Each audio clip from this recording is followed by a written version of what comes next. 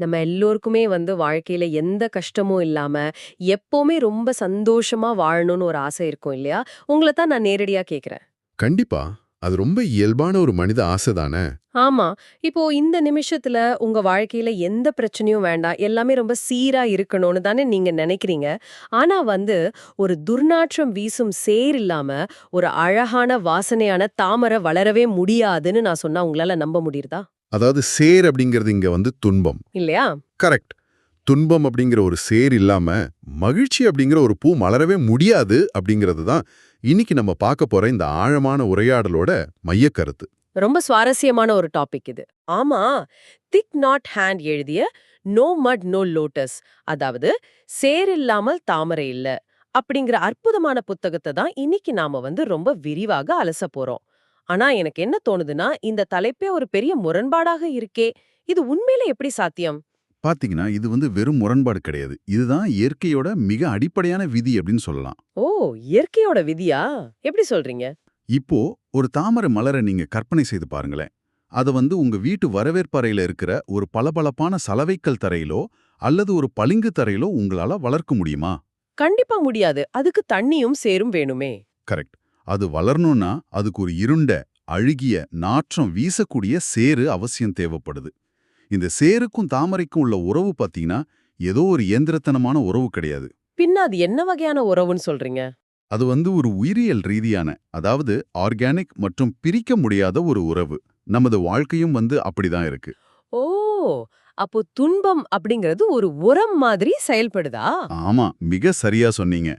துன்பம் என்ற உரம் இல்லாமல் மகிழ்ச்சி அப்படிங்கிற ஒரு மலர் முளைக்கவே முடியாதுன்னு திக் நாட் ஹான் இந்த புத்தகத்துல ரொம்ப தெளிவா பதிவு செஞ்சிருக்காரு. இது யோசிட்டு பார்க்கும்போது எனக்கு ஒரு விஷயம் தோணுது. இது எப்படி இருக்குன்னா, எனக்கு உடம்புல இடது பக்கம் மட்டுமே வேணும், வலது பக்கம் வேண்டாம் அப்படின்னு சொல்ற மாதிரி இருக்கு. ரொம்ப அருமையான ஒரு ஒப்பீடு இது. வலதுன்னு ஒண்ணு இல்லன்னா, இடது அப்படிங்கிற வார்த்தைக்கு ஒரு அர்த்தமே இல்லாம போயிடும் இல்லையா?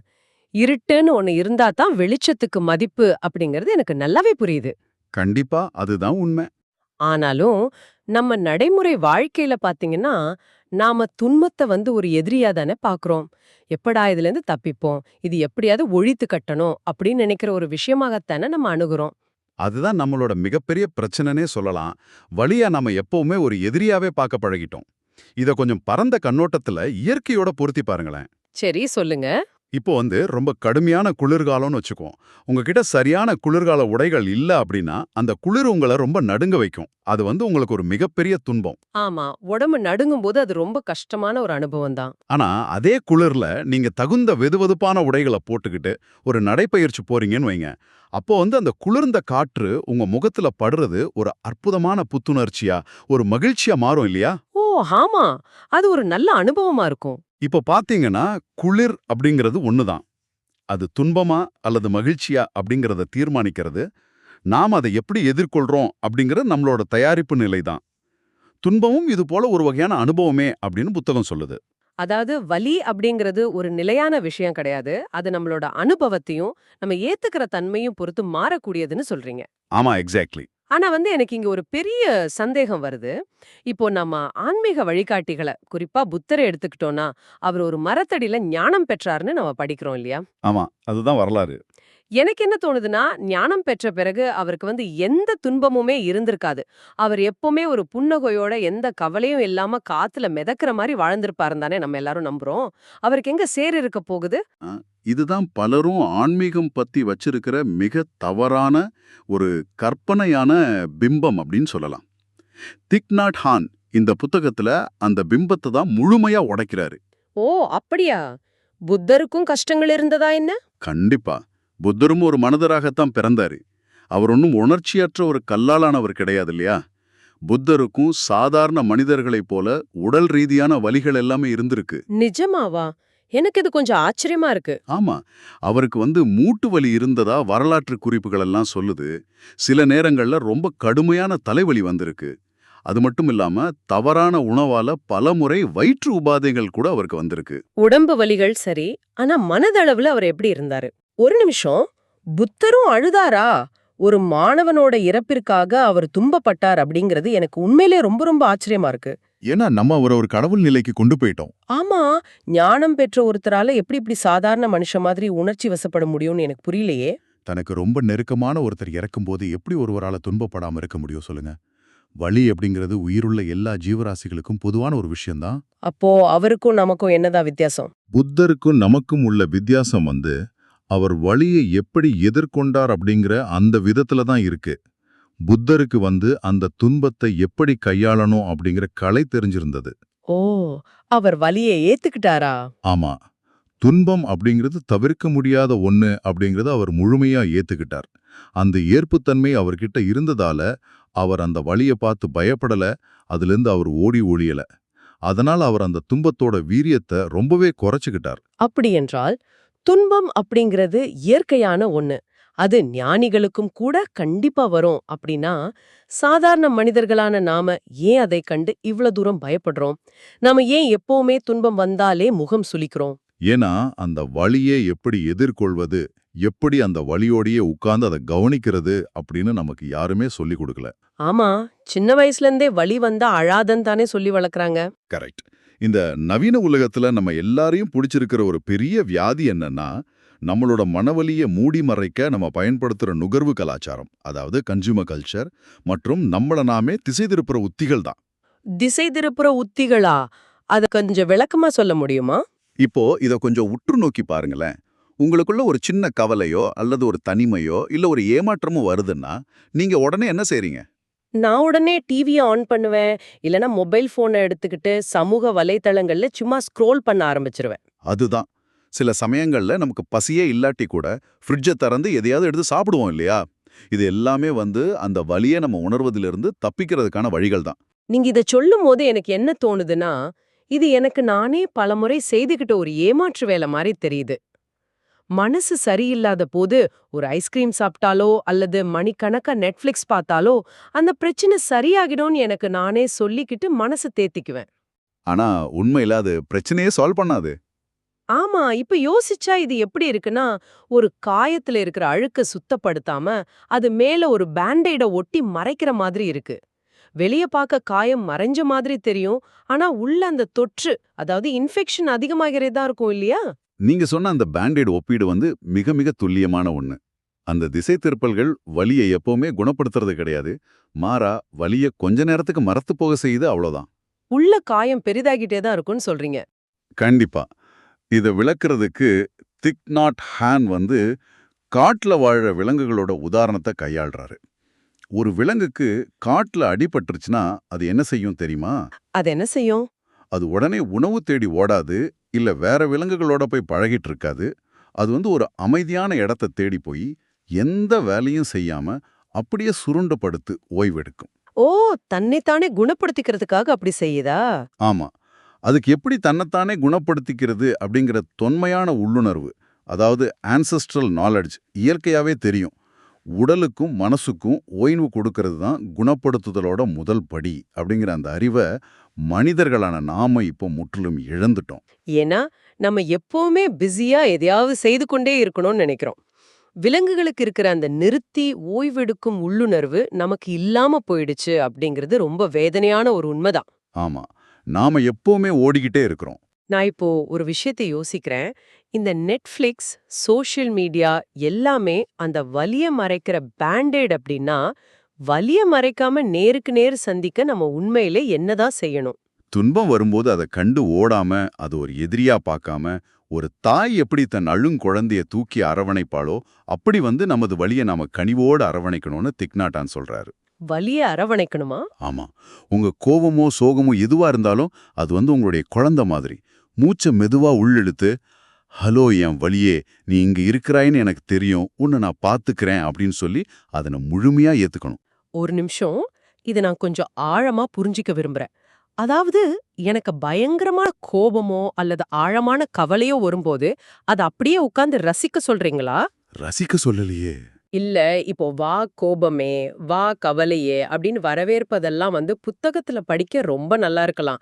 ஆனா நிஜத்துல நான் கோபத்தோட உச்சியில இருக்கும்போது எப்படிங்க அதை போய் அரவணைக்க முடியும்? இது நடைமுறைக்கு சத்தியமில்லாத ஒரு கற்பனை போல இல்லையா?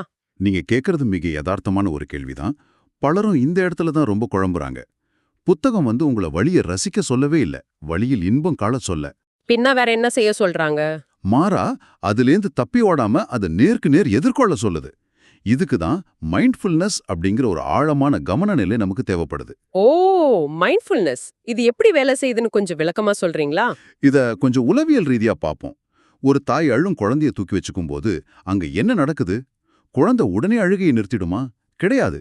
ஆனா அந்த தாயோட அரவணைப்பு, அவங்களோட இதய துடிப்பு குழந்தைக்கு ஒரு பாதுகாப்பான உணர்வை தரும். ஆமா, குழந்தை மெதுவா அமைதியாகும். கரெக்ட். குழந்தையோட நரம்பு மண்டலம் மெதுவா அமைதி அடையும். அதே போலதான் உங்க கவனத்தை உங்க மூச்சின் மீது குவித்து ரொம்ப விழிப்புணர்வோடு மூச்சை உள்ளிழுத்து வெளியிடும்போது உங்க மூளையில இருக்கிற பயத்தை உருவாக்குற பகுதியான அமிக்டாலா அமைதி அடையுது. ஓ, அப்ப மூச்சு பயிற்சி பயத்தை கட்டுப்படுத்துதா? ஆமா, நீங்க மூச்சு பயிற்சியின் மூலமா அந்த வலி உங்களை மீறி உங்களை ஆட்கொள்ளாம பாதுகாத்துக்கிறீங்க. நீங்களே உங்களுக்கு ஒரு தாயா மாறி உங்க நரம்பு மண்டலத்தை அமைதிப்படுத்துறீங்கன்னு அர்த்தம். ஆஹா, இது மிக தெளிவான ஒரு விளக்கம். அதாவது மூச்சு பயிற்சி அப்படிங்கறது ஏதோ ஒரு மாயாஜாலம் கிடையாது. அது நேரடியாகவே நம்ம நரம்பு மண்டலத்தை அமைதிப்படுத்துற ஒரு அறிவியல் பூர்வமான கருவி. மிகச்சரியா சொன்னீங்க. வலியை நிராகரிக்காம அதுக்கு ஒரு இடம் கொடுத்து நம்ம மூச்சின் மூலமா அதை ஆற்றுப்படுத்துவது. இது எனக்கு இன்னொரு விஷயத்தை ஞாபகப்படுத்துது. இந்த புத்தகத்துல பௌத்த மதத்தோட சல்லாத்த சூத்தா அப்படிங்கிற ஒரு பழமையான கதையை பத்தி குறிப்பிட்டிருக்காங்களே. ஆமா, அந்த 2 அம்புகளின் கதை. அந்த 2 அம்புகளின் கதை அதுவும் இதத்தான் சொல்லுதா? கண்டிப்பா. அந்த 2 அம்புகளின் தத்துவம் மனவலிய புரிஞ்சிக்க ஒரு மிகச்சிறந்த வரைபடம்னு சொல்லலாம். இப்போ நீங்க காட்டுல நடந்து போகும்போது உங்களுக்கு எதிர்பாராம ஒரு அம்பு பாய்ந்தா அந்த இடத்துல நிச்சயமா உங்களுக்கு ஒரு உடல் வலி இருக்கும் இல்லையா? அது இயற்கையானது. ஆமா, அம்பு பாய்ந்தா வலிக்குதானே செய்யும். ஆனா அதே இடத்துல அதே காயத்தின் மீது இன்னொரு அம்பு பாய்ந்தால் என்ன ஆகும்னு நினைக்கிறீங்க?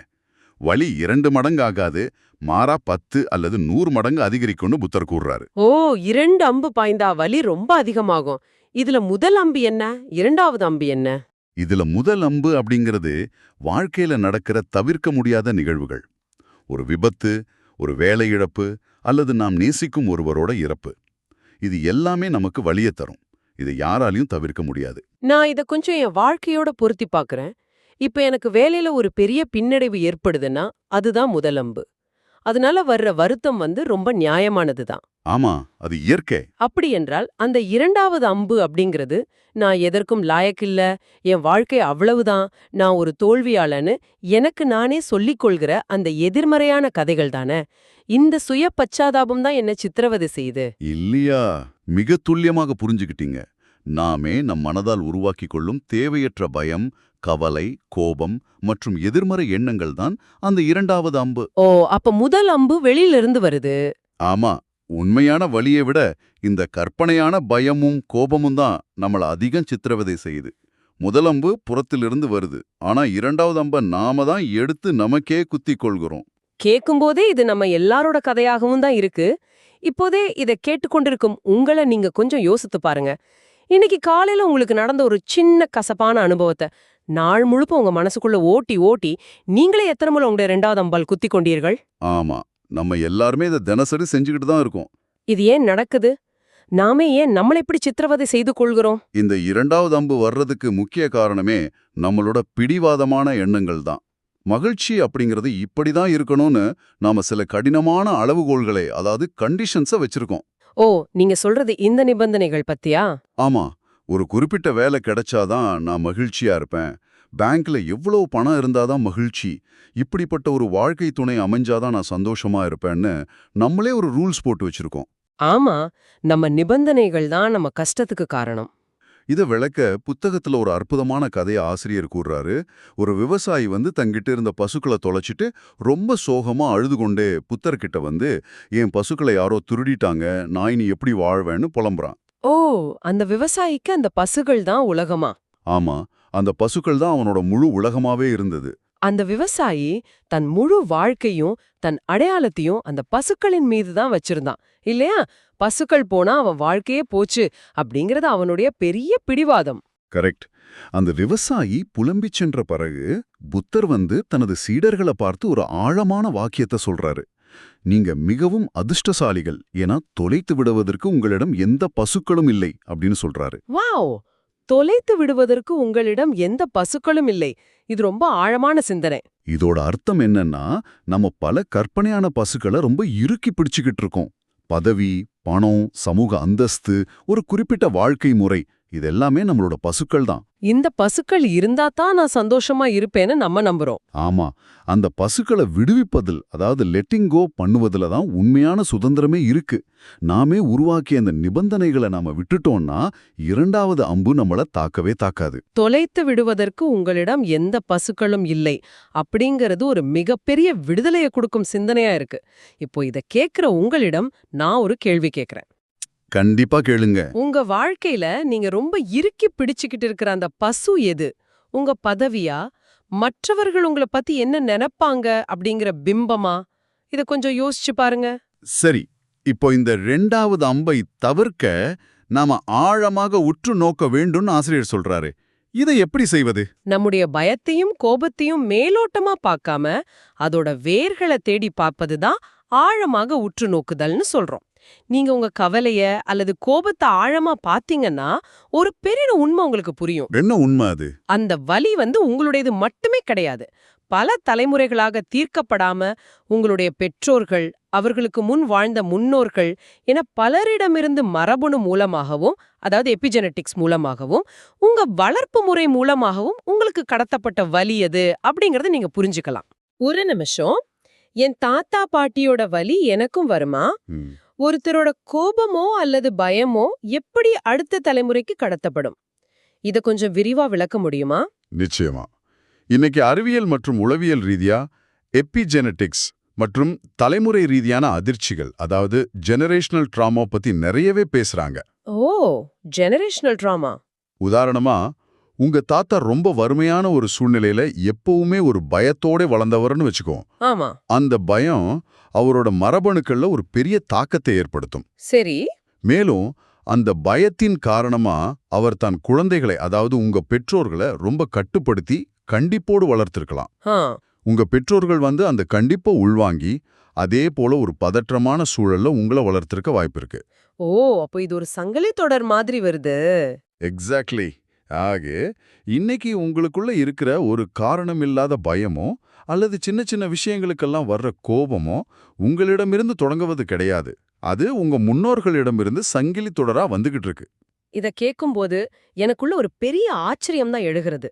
என் வழி என்னுடையது மட்டும் கிடையாது, அது பல தலைமுறைகளா என் குடும்பம் சுமந்து வரும் ஒரு சங்கிலி தொடர் அப்படிங்கறத உணரும்போது என் மீதே எனக்கு ஒரு பெரிய இரக்கமும் பரிவும் பிறக்குது. அதுதான் ரொம்ப முக்கியம், நம்மள நாம புரிஞ்சுக்கிறது. அதே நேரம் என்னை சுற்றி உள்ளவர்கள் மீதும் எனக்கு கோபம் குறைந்து பரிவு தான் ஏற்படுது. ஏன்னா அவங்களும் அவங்களோட முன்னோர்களின் வழியை தான் சுமந்து திரிகிறாங்க இல்லையா? இதுதான் விழிப்புணர்வோட உச்சம்னே சொல்லலாம். நீங்க உங்க கோபத்தை உற்று நோக்கி குணப்படுத்தும் போது நீங்க உங்களை மட்டும் குணப்படுத்தல, உங்களுக்கு முன் வாழ்ந்த உங்க முன்னோர்களையும் உங்களுக்கு பின் வரப்போகும் உங்க சந்ததியினரையும் சேர்த்து தான் குணப்படுத்துறீங்க. வாவ், இது உண்மையிலேயே ரொம்ப பெரிய விஷயம். அதை புரிஞ்சுக்கிட்டாலே நாமே அந்த இரண்டாவது அம்பை தவிர்த்துடுவோம். இது மிக ஆழமான ஒரு தெளிவு. சரி, அந்த பசுக்களை விடுவிப்பதன் மூலமா நம்ம இரண்டாவது அம்பை தடுத்துட்டோம்னு வச்சுக்குவோம். ஆனா இரண்டாவது அம்பை தடுப்பது மட்டுமே நமக்கு மகிழ்ச்சியை கொடுத்துடுமா? நீங்க என்ன கேக்குறீங்கன்னு புரியுது. துன்பம் இல்லாத ஒரு நிலை தானாகவே மகிழ்ச்சியா மாறிடுமா? அல்லது மகிழ்ச்சி அப்படிங்கிறது நாம புதிதாக கட்டி எழுப்ப வேண்டிய ஒன்றா? மிக அருமையான கேள்வி இது. துன்பம் இல்லாத நிலை மட்டுமே மகிழ்ச்சி ஆகிவிடாது. திக் நாட் ஹேண்ட் மிக அழகா சொல்றாரு, மகிழ்ச்சி அப்படிங்கிறது தானாக வளரும் ஒரு காட்டு செடி கிடையாது. அது நாம ரொம்ப கவனமா யத்தனமா பராமரிக்க வேண்டிய ஒரு தோட்டம். ஓ, ஒரு தோட்டம் மாதிரி நாம அதை உருவாக்கணும். ஆமா, அதுக்கு தொடர்ந்து நாம உணவு கொடுத்து வளர்க்கணும். இந்த மகிழ்ச்சியை வளர்க்க அவர் சில வழிகளை கூறுறாரு. நாம ஏற்கனவே பேசிய தேவையற்றதை விடுவித்தல், அதாவது லெட்டிங் கோ அப்படிங்கிறது இதுல முதல் படி. சரி, அடுத்த படி என்ன? அடுத்ததா மிக முக்கியமான ஒண்ணு, நல்ல விதைகளுக்கு நீரூற்றுதல்னு அவர் சொல்றாரு. நம்ம ஒவ்வொரு மனதிற்குள்ளும் கோபம், பயம், பொறாமை அப்படிங்கிற எதிர்மறை விதைகளும் இருக்கு. அதே போல அன்பு, கருணை, மன்னிப்பு அப்படிங்கிற நல்ல விதைகளும் இருக்கு. இதுல நாம எதை வளர்க்க போறோம் அப்படிங்கறது நம்ம கையில தான் இருக்கு இல்லையா? கரெக்ட். நம்ம எந்த விதைக்கு தொடர்ந்து கவனம் அப்படிங்கிற நீரை ஊத்துறோமோ அதுதான் ஒரு பெரிய மரமா வளரும். இத புரிஞ்சுக்கிறது ரொம்ப எளிதுதான். நான் என் கோபத்தை பத்தியே எப்பவுமே சிந்திச்சுக்கிட்டு இருந்தா கோபம் வளரும். என் நன்றி உணர்வு பற்றி சிந்தித்தா மகிழ்ச்சி வளரும். ஆனா இதை எப்படி தினசரி வாழ்க்கையில கடைபிடிக்கிறது? அதுக்குத்தான் விழிப்புணர்வுடன் கூடிய முழுமையான கவனம் நமக்கு தேவைப்படுது. அதாவது மைண்ட்ஃபுல்னஸ் அண்ட் கான்சென்ட்ரேஷன். நீங்க நடக்கும்போது உங்க கால்கள் தரையத் தொடுவதை முழுமையா உணர்ந்து நடப்பது, ஒரு கோப்பை தேநீர் குடிக்கும்போது அதோட சுவைய முழுவதுமா உள்வாங்கி ரசிப்பது. சின்ன சின்ன விஷயங்களை கூட கவனிக்கணும்னு சொல்றீங்க. ஆமா, இந்த சின்ன விஷயங்கள்ல நாம முழுமையான கவனத்தை செலுத்தும்போது, நாம எதிர்காலம் பத்தின கவலையில இருந்தும் கடந்த காலம் பத்தின வருத்தத்தில இருந்தும் முழுமையா விடுபடுறோம். இந்த சின்ன சின்ன தருணங்கள் தான் மகிழ்ச்சி அப்படிங்கிற தோட்டத்தோட பூக்கள். நாம எப்பவுமே மகிழ்ச்சிய தேடி எதிர்காலத்தை நோக்கி ஓடிக்கிட்டே இருக்கோம். நாளைக்கு அந்த பதவி உயர்வு கிடைச்சா சந்தோஷமா இருப்பேன், அடுத்த வருஷம் அந்த புதிய கார் வாங்கினா சந்தோஷமா இருப்பேன்னு. அதுதான் நம்ம பண்ற பெரிய தவறு. ஆனா இந்த நொடியில நான் எந்த சிரமமின்றி சுவாசிக்கிறேன், எனக்கு உலகத்தோட வண்ணங்கள் எல்லாம் ரொம்ப நல்லா தெரியுது, என்னால என் இரு கால்களால தடையின்றி நடக்க முடியுதுங்கிறதே எவ்ளோ பெரிய ஆச்சரியம், எவ்ளோ பெரிய வரங்கள் அப்படிங்கறத நம்ம முற்றிலும் மறந்துகிறோம். அதுதான் உண்மையான விழிப்புணர்வு. இப்போ இங்க இருப்பதை முழுமையா உணர்றது. இதை தவிர்த்து புத்தகத்துல அவர் கூறுற இன்னொரு மிக முக்கியமான அம்சம் சமூகத்தின் கூட்டு விழிப்புணர்வுன்னு சொல்லப்படுற கலெக்டிவ் ஹீலிங். கலெக்டிவ் ஹீலிங்கா? அப்படின்னா என்ன? நம்முடைய மகிழ்ச்சி மற்றும் துன்பம் அப்படிங்கிறது வெறும் தனிப்பட்ட விஷயம் கிடையாது. நாம வாழும் சமூகத்தோட தொடர்புடைய ஒண்ணு. நமக்கு வழியே தெரியாத அளவுக்கு ஒரு மிகப்பெரிய துன்பம் வரும்போது, ஒரு ஆழமான மனச்சோர்வு தாக்கும்போது, அதை நம்ம தனித்து நின்று போராடி தான் கடக்க வேண்டும் அப்படிங்கிற அவசியமே கிடையாது. தனித்து எதிர்கொள்ள தேவையில்லையா? ஒருவருடைய தனிப்பட்ட துயரத்தை எப்படிங்க மற்றவர்கள் போக்க முடியும்? பௌத்த மரபுல இத சங்கா அப்படின்னு சொல்லுவாங்க. சங்கா அப்படிங்கிறது ஒத்த சிந்தனையுள்ள விழிப்புணர்வுடன் வாழும் ஒரு சமூகம். ஒரு நல்ல குழுவின் கூட்டு விழிப்புணர்வை நாம கடனாக பெறலாம். ஓ, ஒரு சமூகம் நமக்கு ஆதரவா இருக்குன்னு சொல்றீங்க. ஆமா, நாம தனித்து விடப்படல, நமக்காக தாங்கிக் கொள்ள ஒரு சமூகம் இருக்கு அப்படிங்கறத உணர்வதே நமக்கு ஒரு பெரிய ஆறுதல் தான். அதே போல உங்க நண்பரோ அல்லது உங்களுக்கு ரொம்ப நெருக்கமானவரோ பெரிய துயரத்தில் இருக்கும்போது நாம அவங்களுக்கு செய்யக்கூடிய மிகப்பெரிய உதவி என்ன நீங்க நினைக்கிறீங்க? பொதுவா யாராவது தங்களோட பிரச்சனைய சொன்னா, நாம உடனே இதை இப்படி செய், அப்படி செய்ன்னு ஏதாவது அறிவுரை சொல்ல ஆரம்பிச்சுடுவோம். அல்லது அவங்க பிரச்சனையை நாமே தீர்த்து வைக்க முற்படுவோம். இதுதானே நம்ம எல்லாரும் செய்யறது. அதுதான் நாம செய்யற மிகப்பெரிய தவறு. ஒருவருடைய வலியை குணப்படுத்த தீர்வுகள் எப்பவுமே தேவையில்லை. பின்ன என்னதான் தேவை? அவங்க சொல்றத முழு அன்போடு எந்தவித தீர்ப்பும் வழங்காம குறுக்கிடாம காது கொடுத்து கேட்பதே மிகப்பெரிய மருந்துன்னு புத்தகம் சொல்லுது. அதாவது டீப் லிசனிங். அவங்க பேசுறத நாம மௌனமா முழுமையான கவனத்தோட கேட்கும்போதே அவங்க தங்களை யாரோ ரொம்ப ஆழமா புரிஞ்சுக்கிறாங்கன்னு உணர்றாங்க. ஓ, அந்த புரிதலே அவங்களுக்கு ஆறுதலா இருக்குமா? கண்டிப்பா. அந்த புரிதலே அவங்களோட துன்பத்தை பாதியாக குறைச்சிடுது. வெறுமனே காது கொடுத்து கேட்பதே ஒரு பெரிய மருத்துவ குணம் கொண்டது அப்படிங்கறது ரொம்ப நெகிழ வைக்குது. ஷேர் இல்லாமல் தாமரை இல்லை அப்படிங்கிற அந்த ஒற்றை வரியோட முழு பரிமாணமும் இப்ப எனக்கு ரொம்ப தெளிவாவே புரியுது. ஆமா, இது ரொம்ப ஆழமான ஒரு புத்தகம். நம்ம கஷ்டங்களை எப்படி எதிர்கொள்வது, அந்த இரண்டாவது அம்பை எப்படி தடுப்பது, எப்படி நம்ம காயங்களை நாமே அரவணைப்பது அப்படின்னு பல ஆழமான திருவுகோள்களை இன்னைக்கு உங்களோட இந்த உரை நமக்கு கொடுத்திருக்கு. உங்களுக்கு ரொம்ப நன்றி. எனக்கு ரொம்ப சந்தோஷம். இந்த உரையாடல் ரொம்ப பயனுள்ளதா இருந்தது.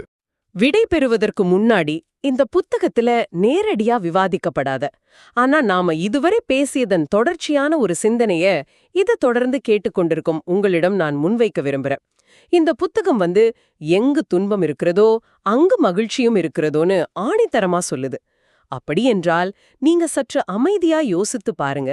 இப்போ உங்க வாழ்க்கையில நீங்க அனுபவிட்டு கொண்டிருக்கும் ஒரு குறிப்பிட்ட சேரு, அதாவது உங்களோட தற்போதைய மிகப்பெரிய துன்பம், எதிர்காலத்துல உற்று நோக்கினால் எந்த மாதிரியான ஒரு அழகான தாமரைய, அதாவது எந்த மாதிரியான ஒரு புதிய வலிமையையோ அல்லது மகிழ்ச்சியையோ உங்களில் வளர்க்கப் போகிறதுன்னு என்றாவது நீங்க சிந்தித்து பார்த்திருக்கிறீங்களா? உங்க வலிய ஒரு தடையா பார்க்காம அது உங்களுக்குள் வளரப்போகும் ஒரு புதிய பரிணாமத்தோட விதையா பாருங்க. இப்போ வீடியோவின் இறுதி பகுதி. இவ்ளோ நேரம் கேட்டதுக்கு ரொம்ப நன்றி. இந்த Tamil voice reads channel monetisation இல்லாம தான் நடக்குது. இந்த ஆடியோ புத்தகம் உங்களுக்கு பழங்கானது என்று நினைத்தால் இந்த முயற்சி தொடர்ந்து போக உங்க ஆதரவும் மிகவும் உதவும். என்னுடைய இந்த முயற்சிக்கு நன்கொடை அளிக்க விருப்பம் இருந்தால் டிஸ்கிரிப்ஷன்ல கொடுக்கப்பட்டுள்ள UPI ID மூலம் வழங்கலாம். உங்களால் முடிந்த அளவு போதும். சிறிய ஆதரவும் பெரிய உதவிதான். இந்த வீடியோ உங்களுக்கு பயனுள்ளதாக இருந்தா சப்ஸ்கிரைப் பண்ணுங்க, மற்றவர்களுக்கும் பகிர்ந்து கொள்ளுங்கள். இந்த கருத்துக்கள் அவர்களுக்கும் தேவையாக இருக்கலாம். லைக் பண்ணுங்க, உங்க கருத்துக்களை காமெண்ட்ல பகிருங்க. மனப்பூர்வமான நன்றி.